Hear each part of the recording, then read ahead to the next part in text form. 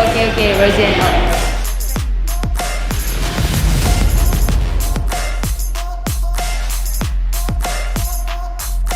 Hi guys, Assalamualaikum. Aina here from Reiber Auto. Hari ni depan mata Aina ada 4 batang absorber Mercedes Benz W204. Ini adalah absorber yang kita dari build 40% stiffer tau guys.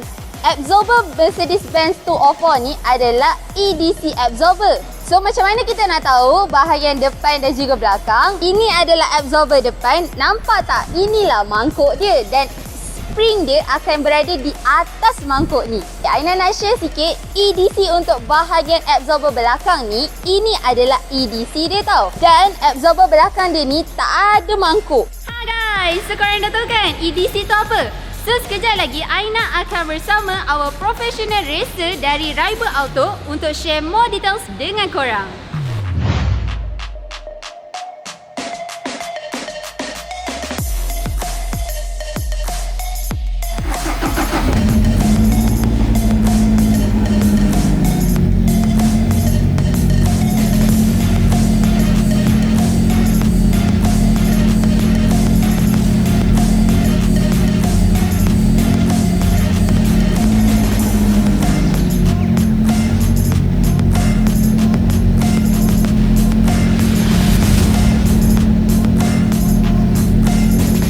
Okay guys, tadi kita dah pun tunjuk apa itu EDC Mercedes W204.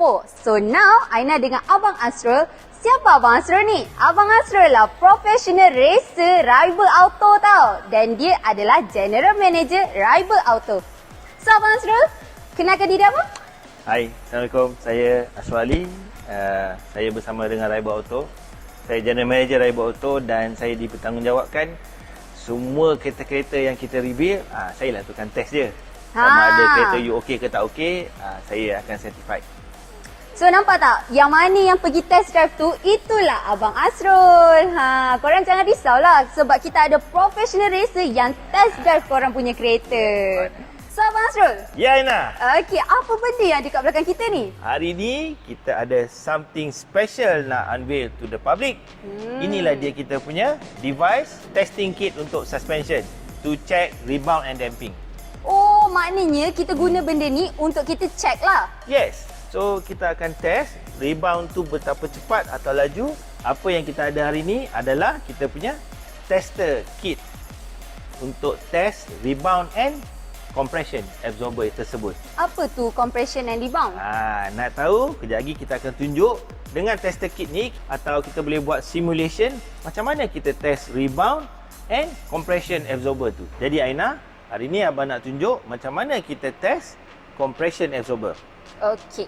So ni kita punya tester kit panjang. Ni assistant akan letak pemberat kat situ atau balas. Kita ada 20 kilo. So now 10 kilo.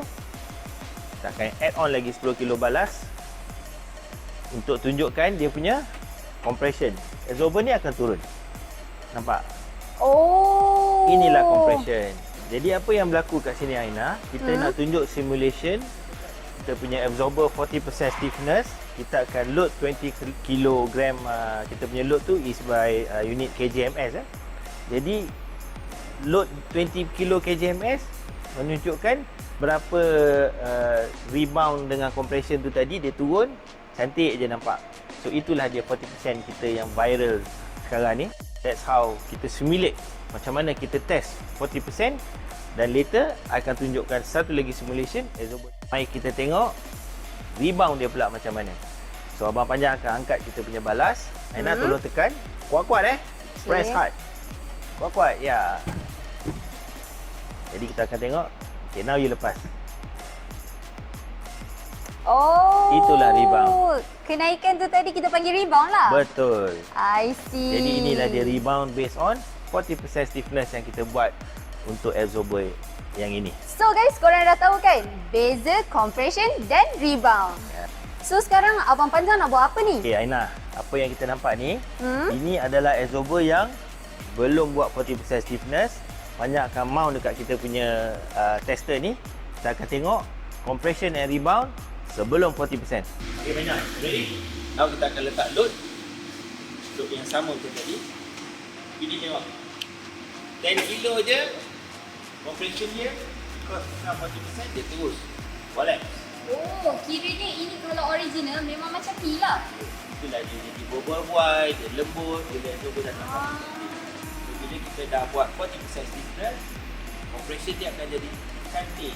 Jadi kuranglah berbiru. So guys, apa conclusion dia? Itulah tadi.